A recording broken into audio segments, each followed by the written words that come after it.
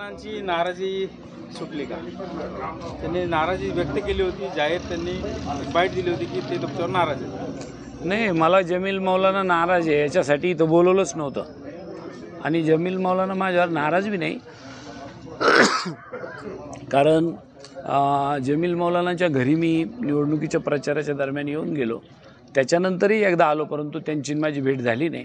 मग त्याच्यानंतर आम्ही त्यांची जी एक शाळा आहे तिकडे जाऊन आलो, कुठे मजरेवाडीला मदरसा, आणि इथे जाऊन आलो. त्याच्यामुळे त्यांची नाराजी असं आत्ता पण त्यांनी कधी जतवलं नाही.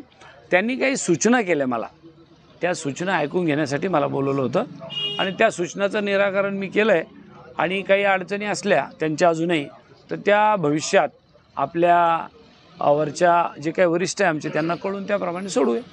त्यांनी एक अशी मागणी केली होती की जालना मतदारसंघातून मुस्लिम कम्युनिटीसाठी मतदारसंघ सोडा किंवा उमेदवारी द्या.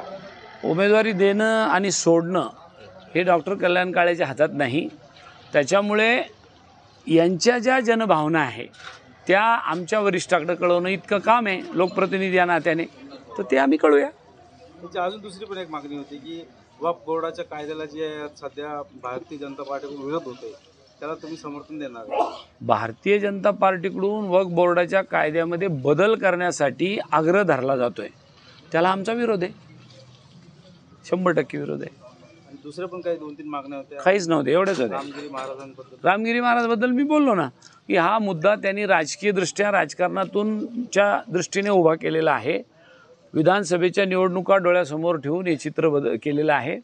नाहीतर कोणताच धर्म आणि कोणत्या धर्माचा धर्मग्रंथ हा दुसऱ्या धर्माचा द्वेष करावा असं शिकवत नाही. मुस्लिम समाजासाठी हॉस्पिटलची मागणी त्यांनी केली. हो, ती एक चांगली मागणी, ते यांनी विचारलंच नाही. जे महत्त्वाचं राहिलं तसंच राहून गेलं, जे विचारायला पाहिजे होतं ते नाही विचारलं.